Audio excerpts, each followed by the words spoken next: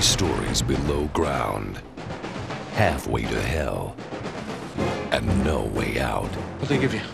31 years.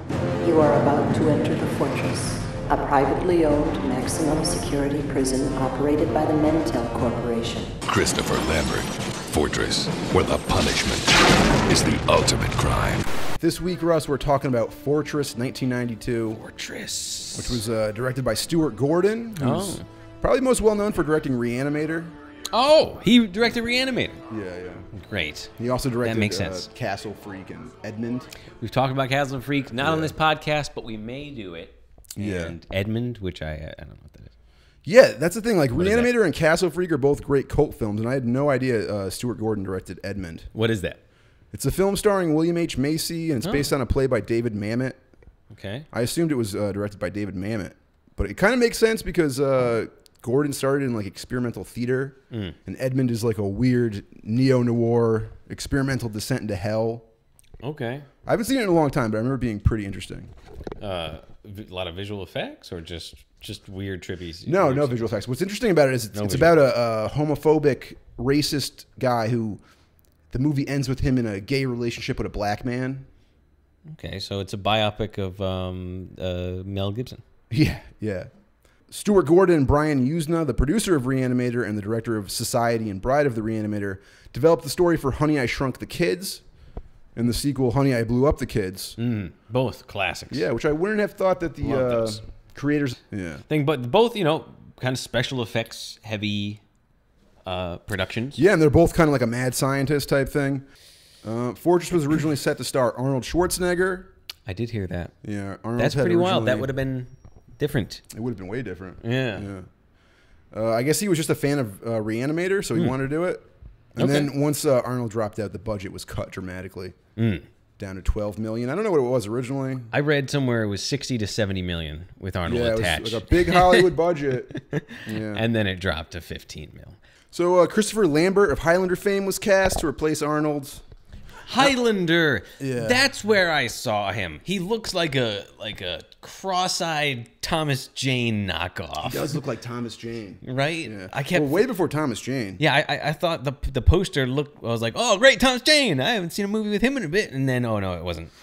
It was a trick. I don't know. I think he was probably cast because like he's popular in Europe and they were banking on this being like a kind of a VHS movie. I thought it was going to make its money back on video. It ended up doing okay in theaters. Highlander did great in the UK. Yeah, so Fortress did become a cult film, but it had a decent theatrical run. It made like $48 million worldwide. Okay, well, for costing only $15 million, that's profit. I think $12 million. That's profit. So, I don't know. I think Fortress is a pretty enjoyable B-list sci-fi feature.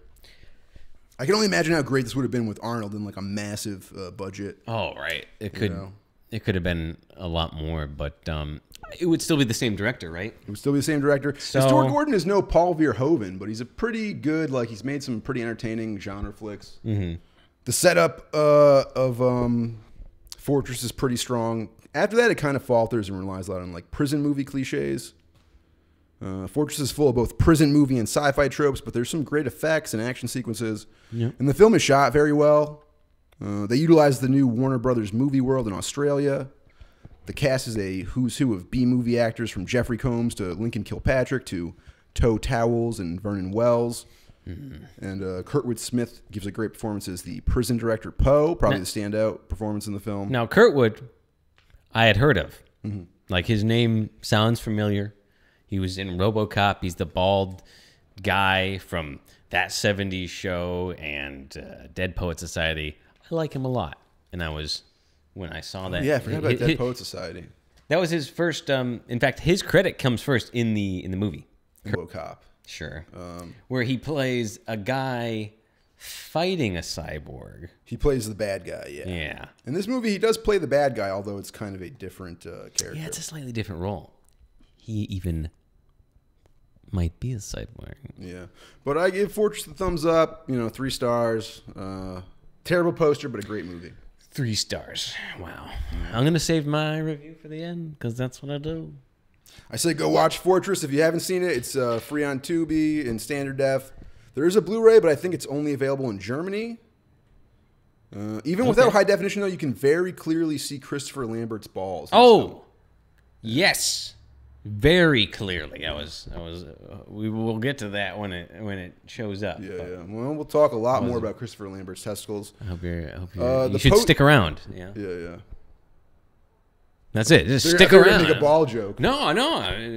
It's like they're sticking to my leg. Yeah, Or like, there you go. yeah. Or guys, just stay hanging there like a couple of Oh balls. yeah. The poster for Fortress is just a shitty early '90s Photoshop of Christopher Lambert's face.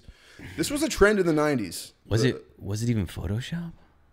Yeah, I think so. Okay, they had Photoshop. They probably did have Photoshop in '92, But I don't it was think they had like it too long before that. Limited capabilities. Yeah. Yeah, Okay. But go on. I'm just saying this is a trend because the poster for Night Moves, which Lambert starred in the same year, also just has like a weird photoshopped close up of his face. Maybe he's got a guy. Maybe he's like, hey, oh no, I'm a cousin. He'll make the poster. $20. Yeah, And they're like, all right. Well, this Christopher Lambert guy is just so good looking. They got to throw a huge fucking picture of his face on the cover. It's so big. Yeah, he's like the Cro-Magnon. He's a little Tom bit weird looking. Yeah, isn't like I don't know. It's like he's got a big forehead, I guess. Yeah. He's almost like a little bit like a Wilson brother, but Oh, okay. I don't know. He's got an interesting look, and it was definitely of a time. But the story takes place in a dystopian future. The year is 2017, and to deal with overpopulation, the government has instituted a one-child policy, and also abortion is illegal. Oh, too relevant. So the authoritarian government in Fortress is really all over the place. Yeah, that doesn't make sense at all.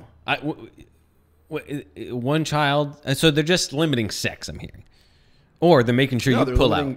No, they haven't banned condoms. They've banned abortion. Oh, okay. But this is like a great interpretation of futuristic America, like just completely contradictory policies that make no sense. The worst parts of fascism and communism combined into a single authoritarian nightmare and just a massive prison industrial complex. This isn't too far off, Russ. Right. This does start out in a world that I was like, okay, this is very sci-fi, and this is gonna like tell me an interesting story about I could see a future military prison industrial complex and that sort of thing. Well, I could see a future where like Democrats institute a one-child policy, and then the Republicans just ban abortion. And then here we go. Everybody, I don't know, condom. That sounds pretty in line with how things work. Condom sales boost or what?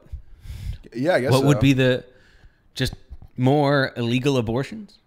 More than there are currently. Wait, abortion? You're up to date with news. Abortion's still illegal? Is currently legal? Roe versus Wade is retracted. So in like red states, I don't think you probably can't get abortions now. But it's not like abortion is. There's an abortion ban. It's that Roe v. Wade, I think, is a wave. But I don't know. I'm a fucking idiot. I'm just kind of guessing. Okay. So if I'm wrong, yeah, it's a comedy. It's a comedy podcast. Yeah. And what's funnier than abortion rights? Come on. Yeah. Hey Gary. Yeah. No. I got nothing. Go for it, Russ. No, Shoot. I got nothing. You got nothing? No. All right. There's a great opening crane shot where the camera moves from a bunch of homeless people under a bridge up a futuristic guard tower. Great cinematography by Australian cinematographer David Egby. And also, like, I don't know if where it's supposed to be. This is probably supposed to be like New York or LA, but it looks like LA to me, pal. Yeah, it is. People living under every bridge. It did feel like, oh, you dressed up an LA bridge with some additional lights and barbed wire. Yeah. I'm assuming they were going for a New York or LA thing because they're going into Vancouver. So is Vancouver Eastern Canada? Yeah. Yes, they must be in New York. What? No. Sorry, Western Canada. Oh, so maybe it is LA. Yeah, it's straight up. The main character is John Henry Brennick, played by Christopher Lambert, and his wife Karen Brennick, played by Lauren Lachlan, are attempting to escape into Canada. Karen is pregnant with her second child. Her first child died during birth, and even though she had her tubes tied as required by the law, somehow she has miraculously been impregnated by her husband, John, played by Christopher Lambert, who has such a weird affect. Even when he's talking to his wife, he sounds like very creepy and like... Yeah, he's like trying to reassure his like scared wife, and he just sounds like Raiden or fucking McLeod from Highlander. Then I guess you're really scared. I guess I'm really scared. Everything Gary just told you was as you got across the course of the film, and you pieced together through words and dialogue here and there. But at first, I didn't know the nature of their relationship. I didn't know she was pregnant. I didn't know there was this baby thing. What I thought was that he was like her commanding officer, and they were going to sneak through to do something. Well, that's another part of it, because he was her commanding officer, which is another element to this. I was going to talk about this later, but yeah, he got her pregnant. So basically, you know, there's like a whole Me Too situation going on in this movie. You know? Sure. Very inappropriate. Highly inappropriate. They work together, Russ. Yeah. That'd be like if I got you pregnant. Yeah. I'd hope if that happened that the government would step in and take care of that whole thing. Miraculous. You know? It would be miraculous, yeah. That's right. I could handle myself in prison. Yeah? Yeah. In space prison, or in future. Oh, you're getting ahead of yourself. That's a sequel. 27. Yeah. Let's not get ahead of ourselves. So, we're doing something in the car. We're crossing the border or something. Yep. You know, just a pregnant lady crossing the border with her very creepy voiced husband. Oh yeah, we're gonna get through this. Yeah. Christopher Lambert is an awkward romantic lead. I think because he's hiding a French accent, but I'm not sure. Is that right? Is he French? I think he is French. I'm not 100% though. Okay. I've never seen him speak outside of a movie. D'accord. Yeah, sure. In the opening of Fortress, John and Karen are attempting to cross the border into Vancouver, and Karen wears a bulletproof vest to conceal her pregnancy from the security scanners. And to sell the charade further, John assures the guards at the border that his wife isn't pregnant. She's just really fat. There's no baby here, fellas. The old lady's just really let herself go. You know, he said up to the board, he's like, listen, I'm a hardworking American man. I'm trying to take my big mess of a wife into Canada to get some poutine. She loves gravy and cheese curds. He's making sure he winks at everybody and like, yeah. Like, no baby here, guys. Just a big fat wife. Just my don't worry big about it. tub of shit of a wife. Not pregnant for sure. And she's like, okay, John. I think they got it. Yeah, it's that's how they evade suspicion. It's very awkward, but also, you know, the security is pretty tight. Security's very tight. They're like kicking people in the shins and like throwing your clothes all over the ground. It's like LAX airport checkpoint. I'm not sure if they're trying to cross into Canada because there's no one-child mandate there. That is plausible. I think maybe the U.S. would be overpopulated and Vancouver possibly less populated. So at first this whole thing sounds hopeful and romantic. These two lovers against all odds are trying to start a family in the face of an authoritarian government. Nice. Or they might just be going to Canada for an abortion. That's a much less romantic and hopeful story, but it could also make sense. Yeah. Abortions might be cheaper. Free healthcare. In this dystopian future, our government still sucks and Canada still has better healthcare than America. Wow. Yeah. Well, I mean, it's not the future, Gary. It's 2017. It is kind of the future past. 5 years ago. Yeah. But also, what year did this movie come out? 92? Yeah. So that was, what, 15 years after the... 25 years? Yeah, been 25 years later. 25 years after the movie. That was Stuart Gordon looking 25 years ahead. It's funny. So, you know, either they are going to Canada to settle down and start a family, or the opposite, Karen's trying to find a Canadian doctor to suck that little joker out of her. That's how abortions work, right? They suck the baby out? Yeah. It's like a... I imagine it works like a shake machine. Yeah, they just shake you up. Or like, you know, the doctor comes in with like a really, you know, like the little rubber triangle they use to test your reflexes. They just have like a bigger one of those and they come in and just bang the pregnant lady on the stomach till her baby cracks like a soft-boiled egg. Does it do a lot of kicking? Oh, gross. Maybe. Gross. Maybe soft-boiled egg. Yeah. Ugh, that is a visual, everybody. Yeah. Make that appear on the screen. Like cracked, hard-boiled, like a soft-boiled egg. Yeah, like overlaid over a pregnant stomach. Oh, anyway, John and Karen almost make it across the border when a guard notices Karen's vest and raises the alarm. Hey, and he grabs her and like calls her a bitch too. He's pretty aggressive. Yeah, she's got like, I mean, he notices the color. It's got like shiny letters on it or something, right? Yeah, and the that's black vest or whatever. You think they would hide that better? You think they would like really tuck her shirt in or something? It keeps coming undone. She's like, yeah. If you guys are trying to be so tight about it, fucking tape that shit down or something. I don't know. Just whatever. Just bad plan. Also, if he didn't stop her to like play grab ass with the guard at the end, she could have got it in the car. She could have gotten in the car while he was joking around with the guy. You know, it's just like they did all the things wrong. Yeah. I mean, they it's were not asking awful. to They be kind of caught. set it up in the beginning. They're like, oh, you got to make sure you hide the vest, and she gets caught. So You know, so there's a little bit of a fight sequence. I think John like breaks a guy's arm or some shit. Yeah, you like Yeah.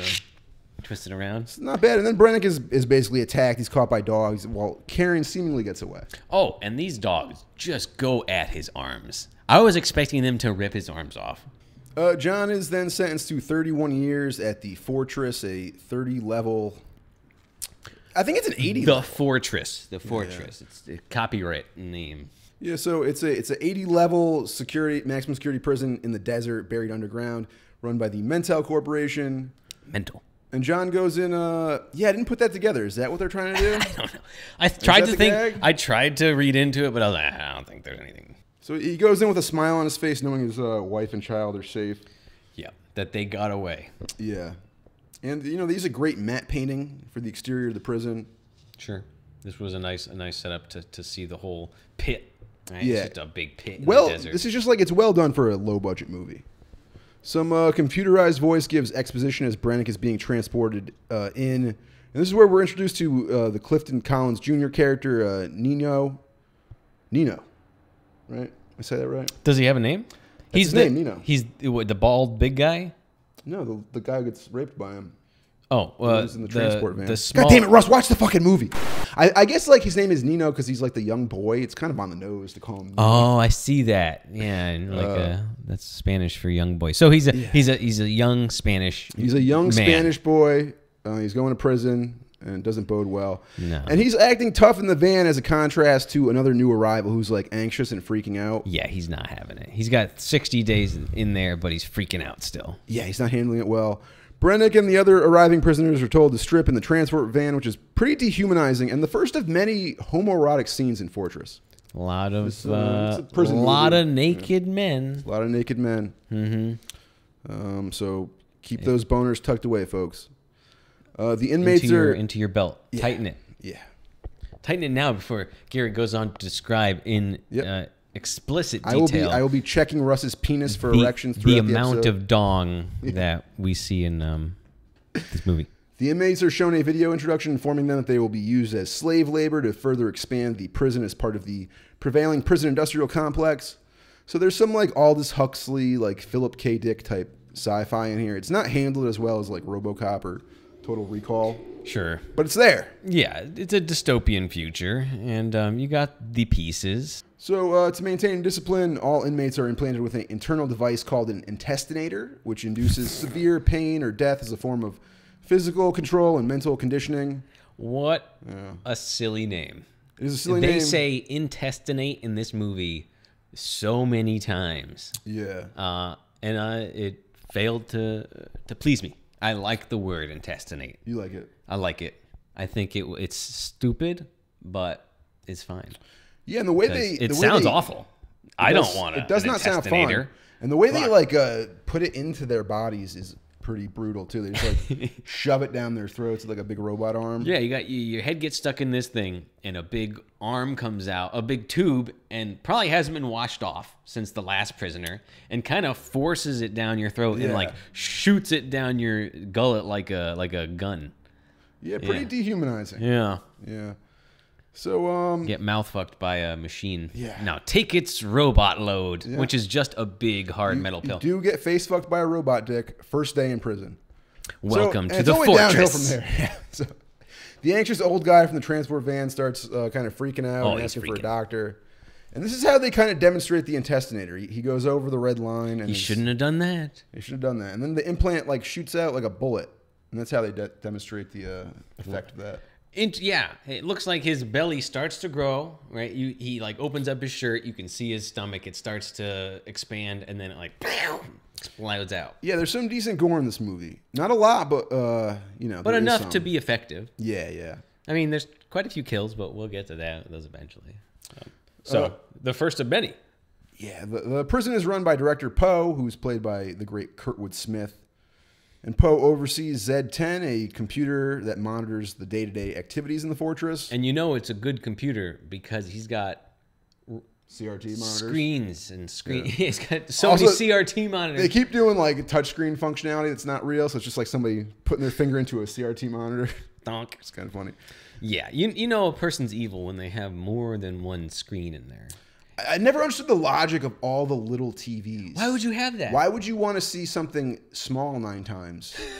It doesn't seem like that would be helpful at all. Or big, but you're missing like strips of it. Yeah, but right? even that kind of makes sense. But when it's just like the same thing, they're watching like 9 TVs, the same thing. Yeah, like, it's yeah, impressive. you wouldn't want that. There's a great new scene of, or a great scene of the new inmates, John Brennick and Nino Gomez, descending into the prison. And there's some pretty impressive production design. I know they took advantage of the new Warner Brothers studio in Australia, and they must have used miniatures for these like big sets. Sure. They look pretty good. Yeah. I don't know if they did rear projection to do like rear projection of miniatures onto things. I don't know. It was a couple of different like good effects to good effect. I think it sells how big this facility is. Yeah, they do sell the scale of it, which is pretty impressive for such a low budget. The prisoners are kept in overcrowded cells secured by laser walls, which I don't understand why they need the laser walls if they have the intestinator. I guess just it's dramatic. You think that the laser bars would lead to a lot of unnecessary casualties, like people tripping or being pushed and just diced into the hallways? Yeah. Yes. Which would be pretty fucking cool. I wish you'd see more of that. Yeah. that'd be You should have used that. I did expect someone to like pass out into him at some point, but they never did. Unutilized. They do use them in a fight sequence, but you know, no one actually like gets thrown through it. That'd be pretty awesome. Yep. John and Nino get to their cell, and they meet their cellmates, Abraham, played by Lincoln Kilpatrick. And Abraham is like a model prisoner, and he's Poe's manservant. Yeah, he gives them haircuts and foot massages.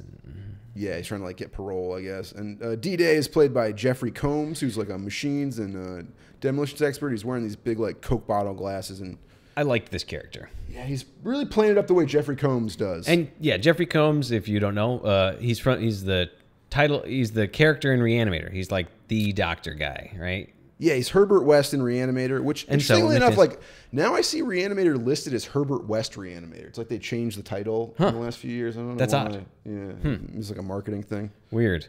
But yeah, so that's probably why he's in the movie. They work together, him and director, on Reanimator. Yeah, he's in a lot of Stuart Gordon's movies, and he's in a lot of Full Moon movies. I don't know if this is Full Moon. Actually, I don't think this is Full Moon. Yeah, it's too good to be Full Moon.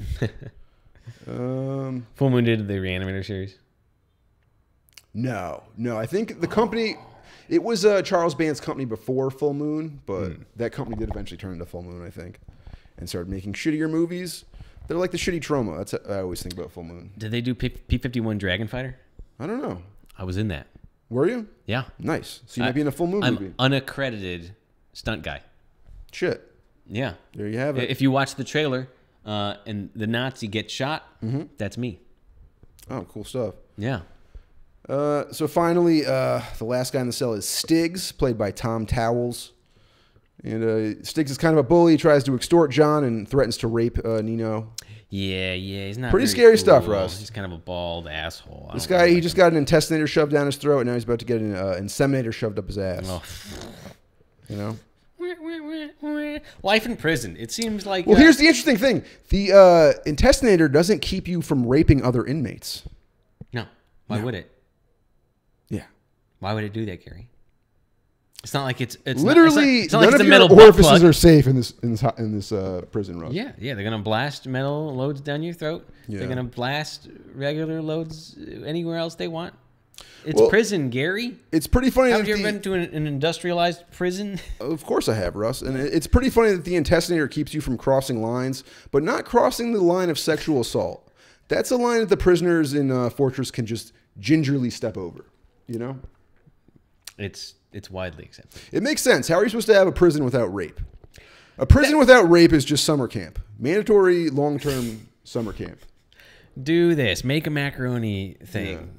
Sing a song and then go break Russ some is like, rocks. what? I got raped in summer camp? What are you talking Yeah, about? same damn thing. You didn't get raped in summer camp? That's what it's all about.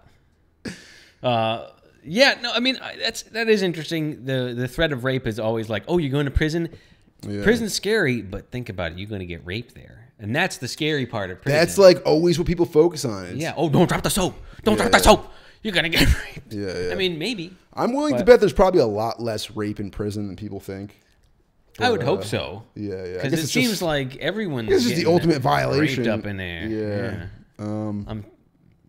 Prison, man, it sucks. A lot of time people go in there. That's the shouldn't impression be that there. I get, Russ. I don't have any personal experience, but from what I hear, I thought Prison's not but good. you just revealed to me that you have been to Into what? prison. No, I revealed to you that I've raped men. Oh, It wasn't in prison. It wasn't in prison. Okay, yeah. thank you for clarifying. Yeah. The first night while John is sleeping, he dreams about having sex with his wife. She's on top of him, cowgirl position, In like a nightie. She's wearing a nightie. and you can just clearly see Christopher Lambert's testicles. No breasts, Just there. Just a little bit of Lauren Laughlin's butt, but yeah. a great shot of Christopher Lambert's balls. So Terrible sex scene. they did it. So he actually. I mean, I don't know if he was actually inside her. I don't think they actually had sex. It's just Do you think he's naked. Do you think he taped down his penis? Do you think he had like a thong on, and pulled his balls out to don't the know. side? Like the cock sock that they talk about using in movies. Oh, is that what they use? What is Yeah, that? It's like a stocking. It almost looks like a piece of something like a lady would put on her foot, but it's on your dick. Okay, but you can put your balls outside of it. Yeah. Well, I mean, they could. Why would you? That's I just assume a lot of that's actors just just do it nude. It's not really that big of a deal. I mean, as long as you don't get hard, because that would be awkward. well, you just don't penetrate her. They're not actually having sex, I'm sure. But you know. But you're pretending to. You're acting, and at this point, you've acted like this is your wife. You love her so much. Yeah. And now you're making passionate love, if that's what that was. Why? What do you think it was? Oh, she was kind of. You think he was? She raping her? was. She was. No. I'm just. I don't know. Was it passionate? It was kind of lackluster. It was fine. It's dream sex. They're in a very modern Asian style apartment, so I assume that it's they're having fun. You know. Oh yeah. Okay. If they were in like a bad location, you'd be like, "Oh, something's wrong here." But it looks like no, it's idyllic. nice. But it's also a dream. It is a dream, and I don't know, man. I don't know. You think this is like a mistake? No. What, to see his balls? Yeah. Yeah, probably. I don't think they meant to see his balls. Yeah, I don't know, because like I guess you could show balls in an R-rated movie. It's not an erect penis, Yeah. but it's weird. I've never seen a sex scene with balls before. Yeah, me neither. It's true. I think we should bring back the sex scenes with balls. Bring back the ball cleavage in movies. Ball cleavage movie. Yeah, that's what you miss. Yeah. Yeah. It's not illegal to show a I don't think nut so. sack. I don't it think sounds so. like I think in you an can get R-rated away with movie. it, yeah. I don't watch much HBO, but I feel like you can show a lot. I think the rule is you can show soft male genitals.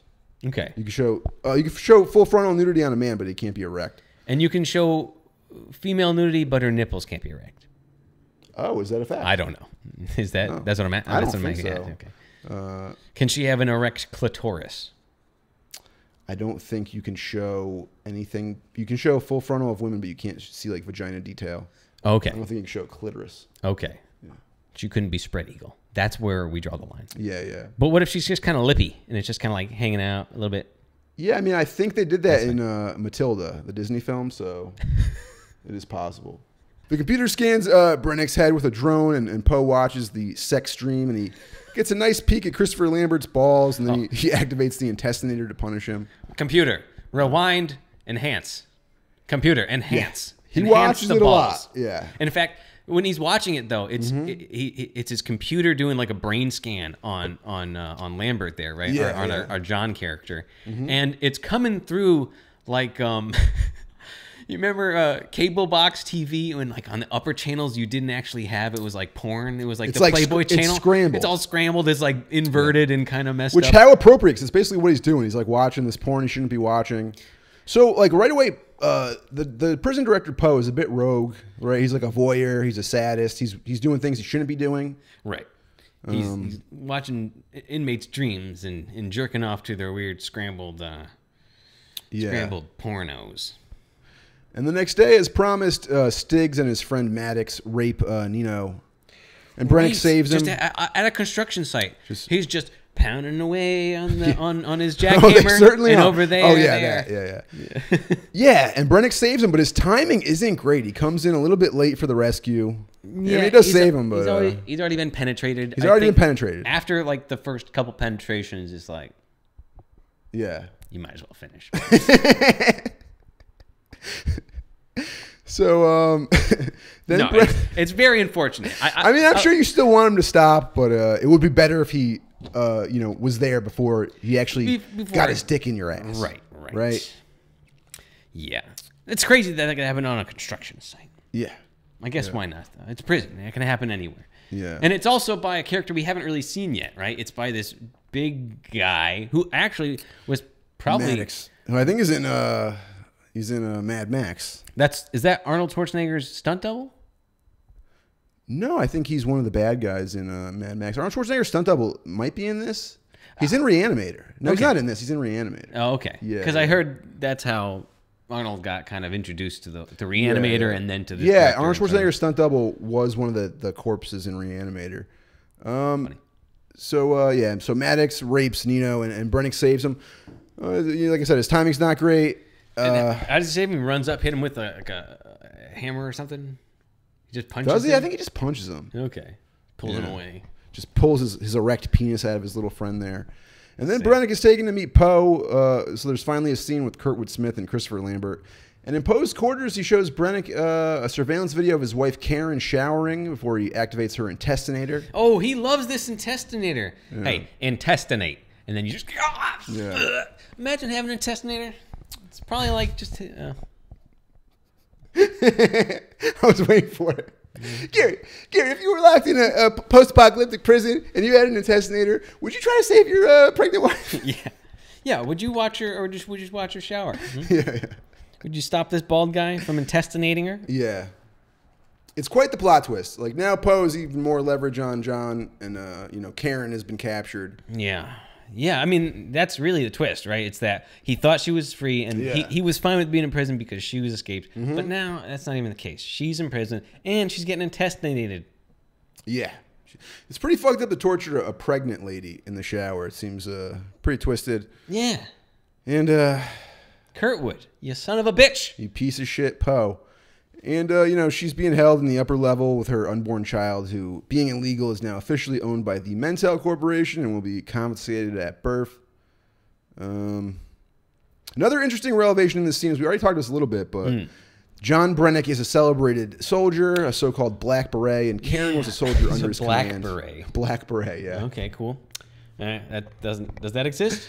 I don't think that exists. No, in 2017, it will, though, Russ. Okay. Well. If we go back in time and look forward to the future, it's a possibility. So, and she was also a beret, and she was also a soldier. Okay. And he got her pregnant.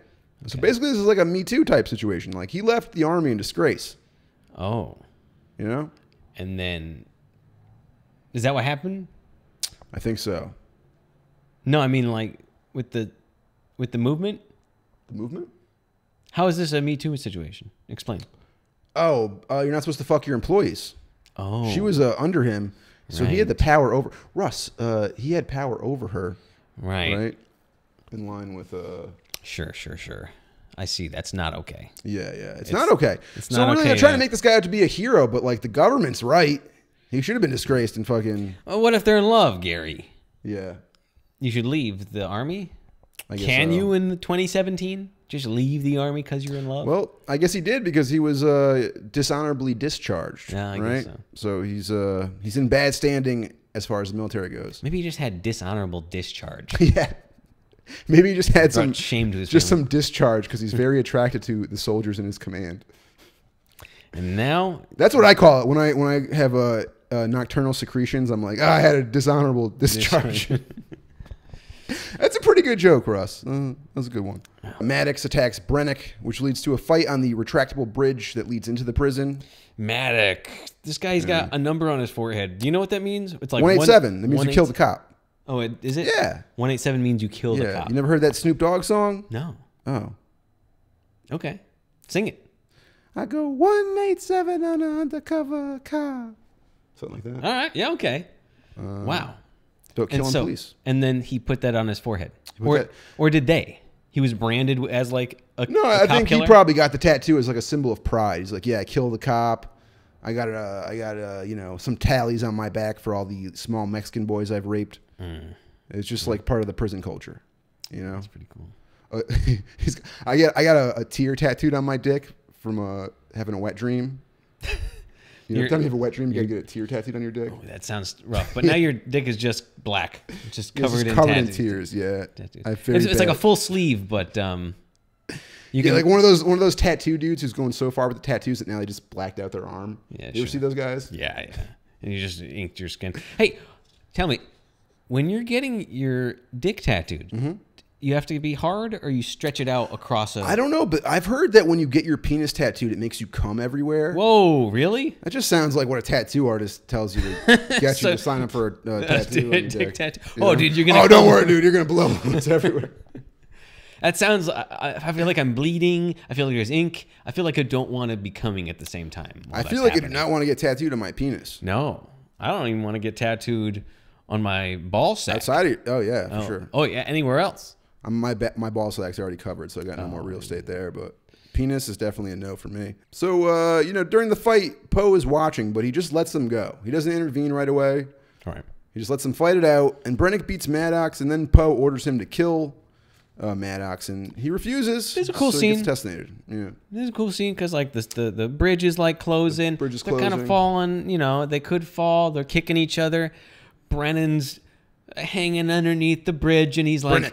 kicking like a 250-pound man from underneath the bridge, and the guy's Yeah, flying yeah. back. It doesn't make sense, the physics, but pretty cool. And then yeah, the guy getting intestinated while they're standing on the side of this little cliff, and his organs blowing out everywhere. Yeah, you know, Stuart Gordon handles action sequences in this movie pretty well for a guy who's not really like a big action director. He has done some action movies, but I feel like the action sequences are pretty decent. Poe asks or tells Brennick to kill Maddox, and he refuses. right.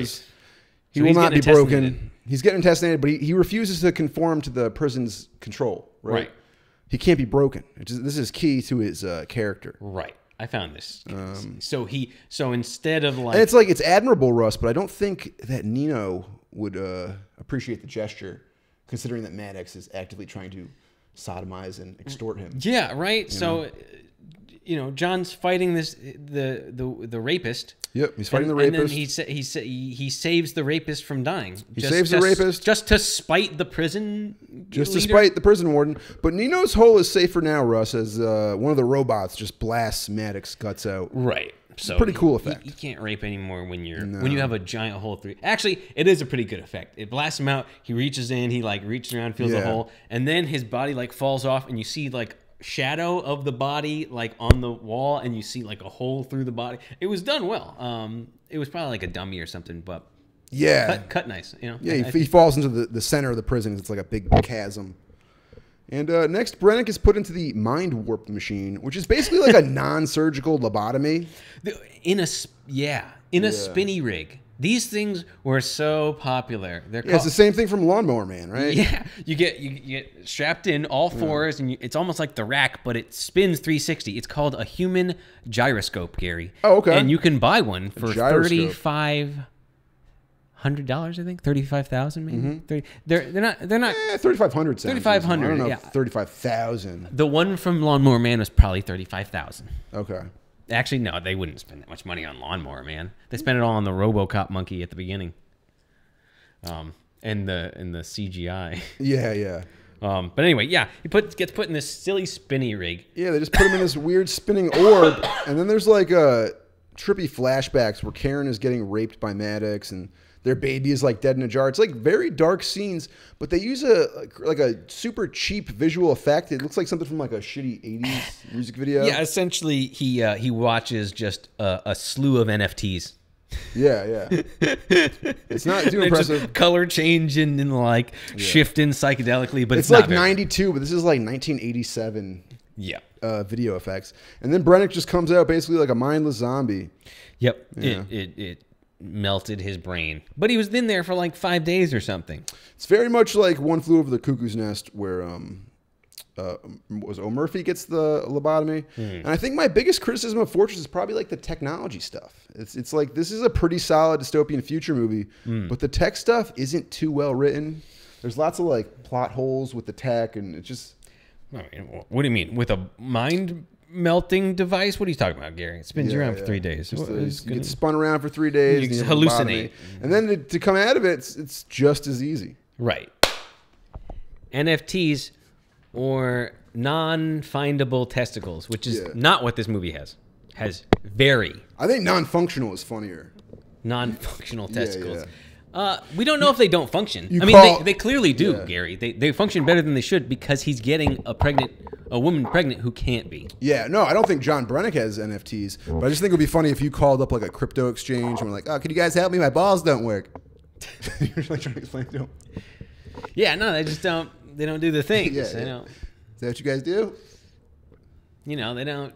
They don't dance when you're just laying on your bed. Yeah, yeah.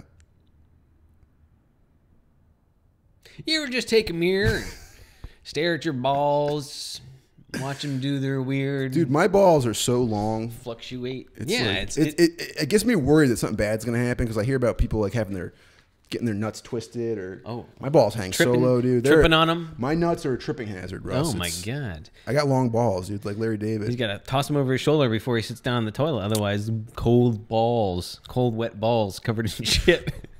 Exactly, Russ. Those Especially when it's hot and they're just like big sloppers that are just really slopping down there. Could be a problem, dude. yeah, that's a real problem, Gary. Yeah. I am not envious of your Well, NFTs. I mean, we looked at Christopher Lambert's balls. He doesn't have that issue. He's got some nice, firm, very round balls. Hoyt. If that was me, you wouldn't even see my balls. They'd be like slopped down into the bed. Maybe they're fake balls. They might be. Oh, you think he's fucking? He's juicing? You think he's putting a cucumber in his pants type of thing? He's faking the balls. Botoxing his balls right before the thing and just tighten them. Yeah. Or he's like pulling the skin up and like, clipping it to like a belt that's out of sight. That way, Yeah, it's like kind of a really man tightening. bun of skin on the top of his scrotum there. You know, actually, they move too much in the shot to Yeah. for yeah. you have to done that. No, I mean, as much as I would love to call, call a fake, those I think are just real Those are real balls. Or balls. just he's got good balls. And, There's you can't have everything in life, Russ. yeah. A guy can hope. Yeah. So Poe becomes infatuated with Karen and tells her that if she lives with him, he will treat John well and release him from the mind wipe chamber. And then she's all like, "Why me? Yeah, why her, dude? Like, you've been at this prison for a long time, and I think he'll reveal that he's been here pretty much his entire life. And why now her?" And she asked this, and he's like, "Why does a flower?" It's just the way you ride those balls in that dream. It really did it for me. Yeah. Karen accepts Poe's offer to help John. And then it's revealed that Poe is a cyborg. He's enhanced by Mentel cybernetics. What? I mean, she finds this because she comes in, and he's all like, He's all plugged getting in. like what looks like at first that the computer's sucking him off. Yeah. Did you think the computer sucking him off? Because first he's like watching a bunch of porn. He's nonstop watching people's porn dreams. Rewind that. Let's zoom up on a nipple, computer. Great. It's 2017. This man's got to live alone in this prison. He might have an auto blow system. Yeah, and he's got this big like thing coming down from the top, and we see him from profile. It's starting to reveal from behind him, and then he's like, Yeah. but no, it's just giving him enzymes straight to the gullet. Yeah. Or maybe that's just how a cyborg comes. Maybe he's like, no, I'm just getting food. Yeah, I was Maybe it getting is. food. Let me unplug these things real quick.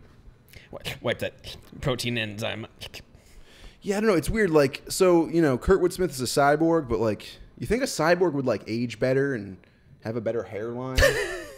Like, he's got superior cybernetic genetics, but his hair looks like shit. Well, they got to keep him down somehow. Yeah. they got to keep it authentic. Yeah, sure. And Doesn't matter then what Karen kind of has the realization that like he's also going to turn the baby into a cyborg, Which is not cool. which she doesn't like. We don't like that. Yeah. As an audience member, I don't like cyborg babies. Yeah, I wouldn't like hearing that my child's gonna be turned into a robot baby. But maybe I'm just Kind of a prude. just kind of stuck in the past. Yeah, Gary, you're at the time. It's 2022. Let your baby become a robot baby. Yeah. They're good. It's what it's going to want anyway. It's going to identify as a robot, and it's going to want to plug in all sorts of cybernet. It's going to put chips in its eyeballs that it can see Google better, and it's going to put. Yeah. Well, Russ, I don't know if, I expect my kids to be cyborgs. As long as they're trans, I'll be happy. So 4 months later, a heavily pregnant Karen manages to use her access to the prison computer and post quarters to help John by restoring him from his mind-warped state, which they don't really explain at all. She uses the computer, Gary, to get into his She just go on the computer. dreams and where he is. There's like a grid on his face. Yeah, you project a grid onto his face, and then you can access a person's dreams through a computer. Mm-hmm. And with that computer, she types on the 9-digit keyboard away. Oh, is it only 9? It seems like it. It's like the numlock side of a keyboard. Okay. But yeah, it's like visualized by a dream where she like pulls a little kid version of her husband out of a well. Yeah, he's stuck in a well, and she like, come on out, John. We'll get you out. And then he's unlocked from his mind prison or whatever the hell that was. Yeah. I don't know. Yeah, it's a pretty ham-fisted visual metaphor. Yeah, she just scans him and he's better. It feels very lazy. Yep. And then Karen steals a holographic map and gives it to Abraham to give to John. Meanwhile, D-Day dismantles Maddox's intestinator. Right, which John grabbed when Maddox exploded. Yeah. He grabbed it from his corpse as the corpse fell. Yeah, and this is how they're able to basically figure out how to get rid of the intestinators. They use a magnet to pull it out of each other. Right, which seems... It's a pretty wild scene. Here's the thing, Gary. I think that would work, but... I don't think it would either, especially considering they swallow it, right? It's not like... If it was it's not against your skin. If it was embedded in your skin, sure. Like at the same time, no, because that's gonna It's gonna rip all the tendons and shit, connective tissues as you pull it through. Now, if it's in your stomach, that's a pretty strong magnet because as you saw in the movie, it like pulls against the skin. You see the shit like pulling pretty tight against the skin. So you're really. Once you got into this area, it's gonna be hard because you're gonna have to be magnetizing through. The lungs as well, right? Here's stomach, that makes sense. And if it's in your stomach, you're pulling up. But through your chest cavity, you're just not going to have the magnetic strength. And if you do, it's hurting like a bastard, and it might be damaging tissue as you do it through anything. But anyway. Also, you have to be worried that you're going to like just clog up the person's airway, and they're just going to choke to death on the intestinator. Honestly, logically, it'd probably make more sense to pull it out of their ass. But I guess you have to... They have 20 miles of intestines, Gary. You know that. Yeah. Each person has at least 22 miles of intestines. You think the intestinator is closer to the mouth or the ass? Way closer to the mouth. Okay. It's in the stomach. It rests in there, I think.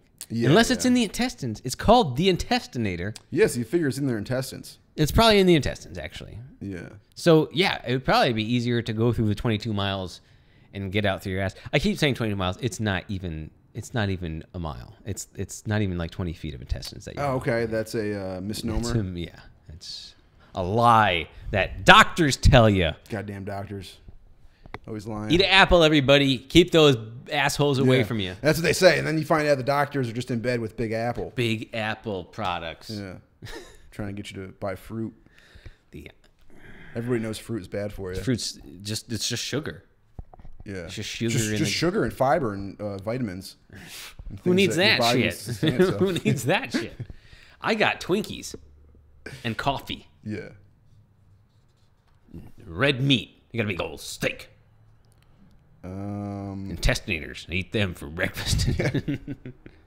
So during their next work shift, they come up with a plot to use the intestinators to escape, and they put all the intestinators on an air duct, and they stage a brawl, causing the computer to trigger the devices to explode. And that's how they blow a hole in the air duct, allowing them to escape the prison. So like I said, this movie, it starts off with like a very promising setup, and then it just really falls into like prison movie tropes and cliches. Like they just blow their way out. And yeah, and like there's already been a couple of weird plot holes that I started to get lost. It's like Kurtwood wants to marry her. She's trying to have a baby. He's maybe a cyborg.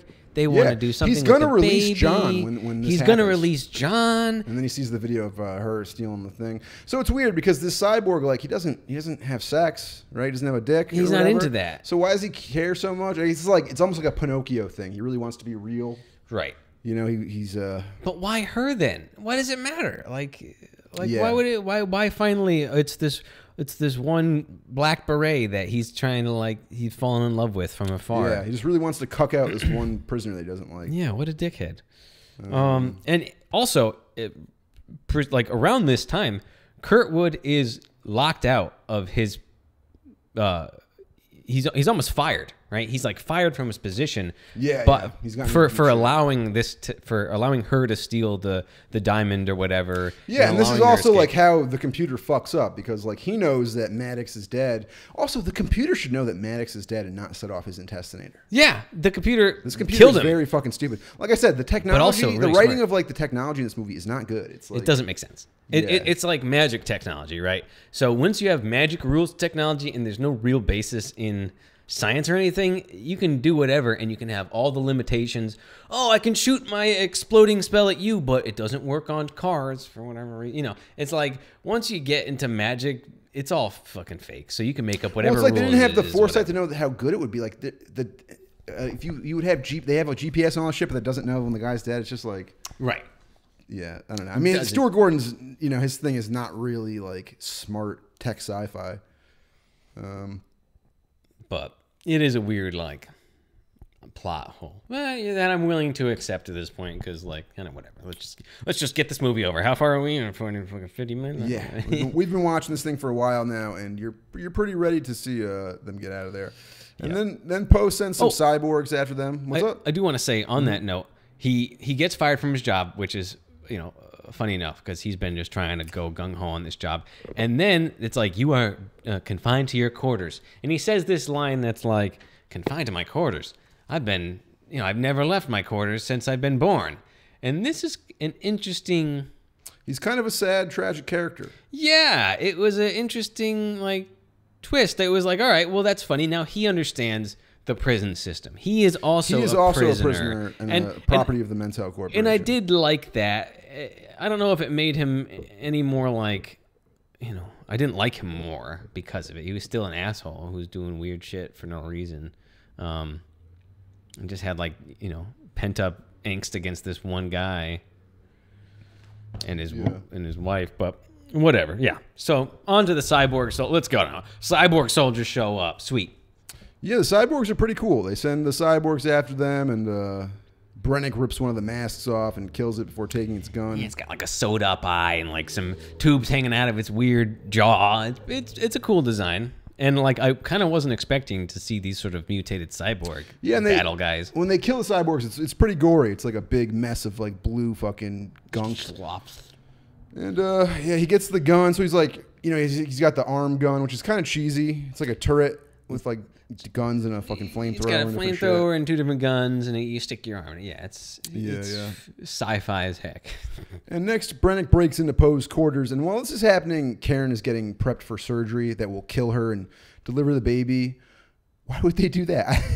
I don't know, but it's dramatic. They're like, time to have the baby. Yeah. Wing, they take out a little spinning pizza cutter with some teeth on it. Hey, did you know, Gary, that the speaking of a spinning pizza cutter to get babies out, the chainsaw was invented for childbirth to aid with chopping through the pubic bone. Oh, interesting. And invented well before anesthetic was invented. Yeah. Yowzers. Yeah. So, like, now there's a ticking clock. Brennick is trying to get to his wife before the prison hospital performs a reverse abortion. Which they'll allow because abortion is legal, but a reverse abortion, that's legal. A reverse abortion is where the baby lives and the whore mother dies. And that's the Christian way to handle things. Yeah. Praise Jesus. Yeah. Like the government wanted.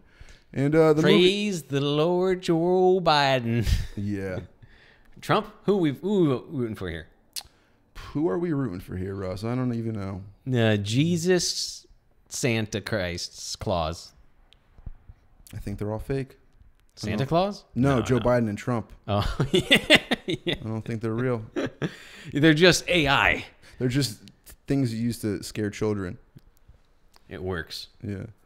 So the movie ends with Brennick, Karen, and Nino getting away in a van of sorts. And they escape from this, cold industrial hell, and they drive through the lifeless desert. Yeah. So Kurtwood, we got our Poe guy. He blows up. His death is interesting, right? Everybody's legs are shot, or like the bad guy's legs are shot off. Then Poe, how does that go down? He's gonna release Karen or something, but I think the robotic, the computer blasts him to bits. I forget exactly what happens. It's a pretty good death though. It is like gory. Yeah, he really blows up. And then D-Day is blinded. He loses his glasses. right. He's got these Which huge they Coke set bottles. up, very early. He's got the hugest Coke bottles, and it's funny because he's like, fucking glasses. "Yo, you get me to a computer, man, and I'll fix it up." And it's funny because the computer's like literally from where I am like, to where walk up Gary to it. is. He could have turned over and start typing, but they gotta like come over and pick him up and like put him down like he's really injured when he's just missing his glasses. Yeah. But then he's able to like he like puts up he types on the 9 digits and he puts a virus into the computer, but then he's shot. And I was like, bummer. I like D-Day. Yeah, he does get killed. He gets killed, but not before pressing the enter button, which turns on Basically fucks up the whole prison, right? Everything on the starts going virus. haywire. Yeah. People in elevators just start dropping, and that's what allows him to escape. Yeah. Right. And then actually, a funny thing too, John runs over. Who's our smooth, sexy young friend there who escapes too? What's his name? Oh, Nino? Nino, right? Nino's like in the truck that they're gonna escape in. And he's like, "Hey, it doesn't work." And John's like, "Hey, get out the way." And then he just starts it. He's a black beret, Russ. Oh, right. Black berets know how to fix They just trucks. know how to start a truck better than anyone else. Yeah. You just start it. He didn't like hotwire anything. He didn't like pound Well, on he there. used his very impressive round balls. Oh, all right. He got in there. In the future, you got to stick your smooth balls into the thing. Nino's balls are smooth, but not tight enough. Yeah. Yeah. And so then he fixes the truck.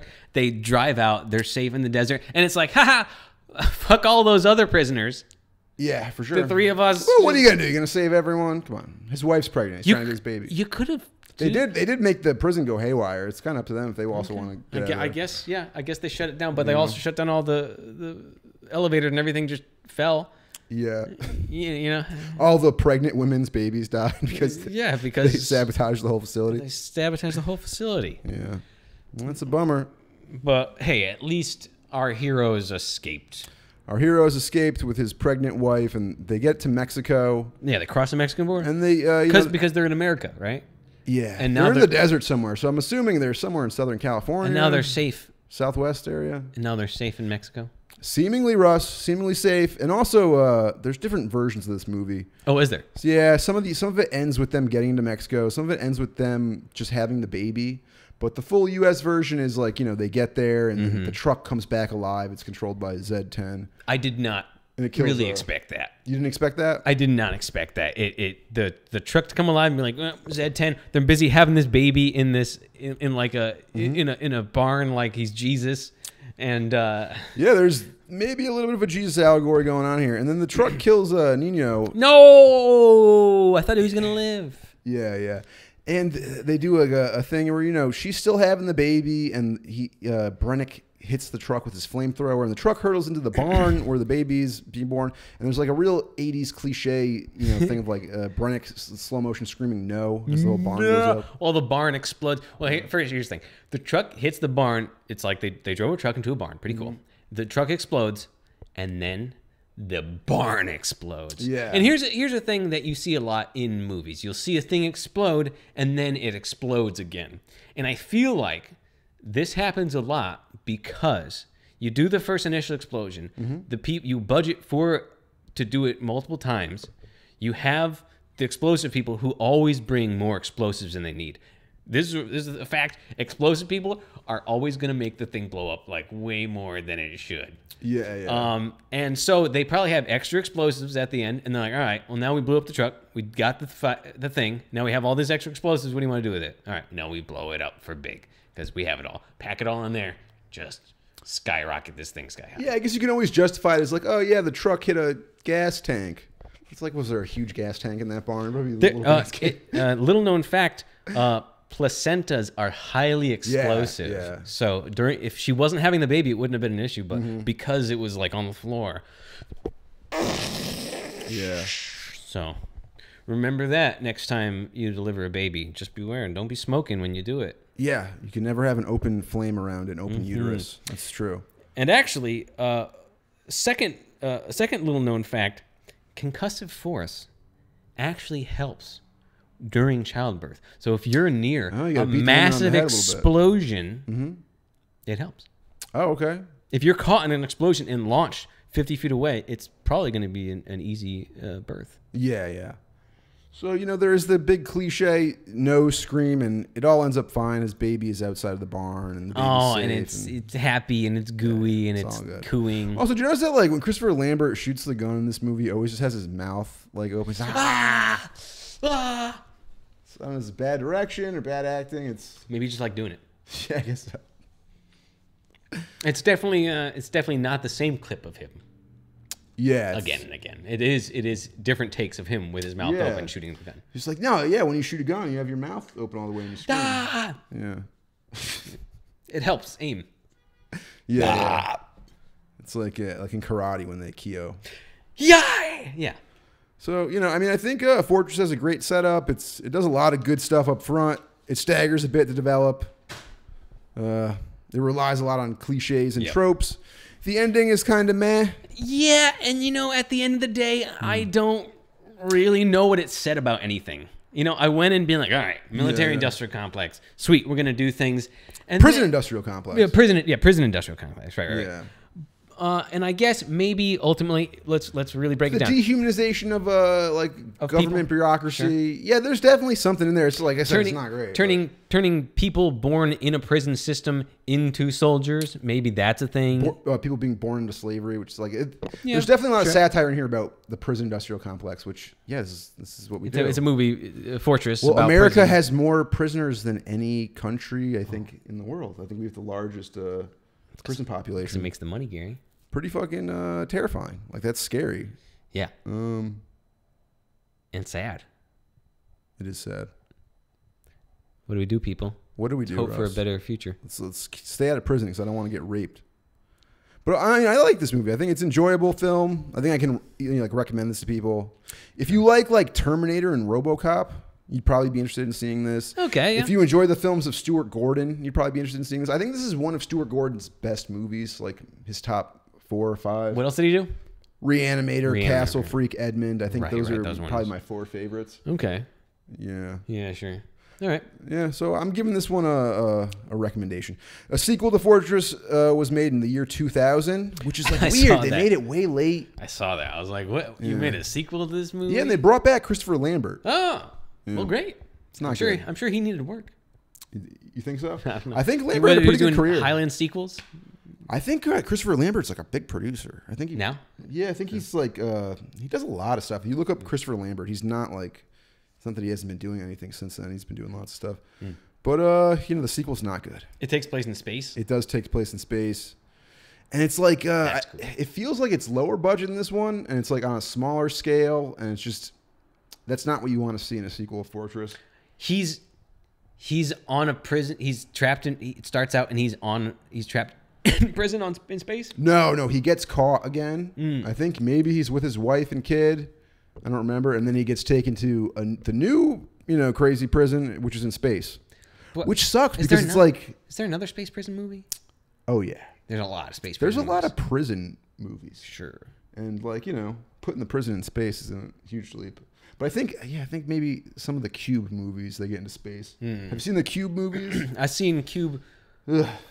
One in Hypercube, which was the sequel, I think. And I Okay. saw him on TV and like a long time ago. So Yeah, maybe we'll get to those all I one day. remember is that it seemed like vignettes of people dying in a cube. They're not good. Yeah, it's not. I think they were great. Another prison movie? Is that why you say it? We could. I mean, Cube is a prison movie? Yeah, it's kind of like it reminds me of this Weird 'cause it's like prison. 90s prison movie, low budget. Yeah, you're trapped and it's weird. Limited location, But this almost felt like it could have been an Arnold movie. It's in the vein of like Total Recall, Yeah. or something. It along does. the It lines feels of very that. much like a B-list RoboCop or Total Recall. Yep. So yeah, you know what?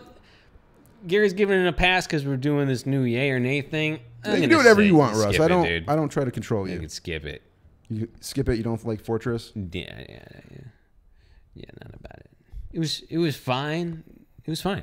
Like Gary said, he said go for it. I think it's a good one. Yeah. Go watch Fortress, and let us know what you think. If you think Russ is right, or you think I'm right, or Yeah. You think we're both wrong? We probably are. You want us both to die, Typically are. which is mostly the comments that we get. Yeah, well, the good news is we will, motherfuckers, someday. We'll die. Oh, yeah. We'll die when we're good and ready. Yeah. Not on your account. And you least expect it. Or whatever. I hope not. Yeah. I hope it's very expected. 300 years' time when I die. Yeah, I mean, I have the date of your death already written down, so. You mind sharing that with me? It's 300 years' time. Yeah, Right? come on, Russ. Spoilers. Okay, Spoilers. Where's the adventure in that? Yeah. You're right.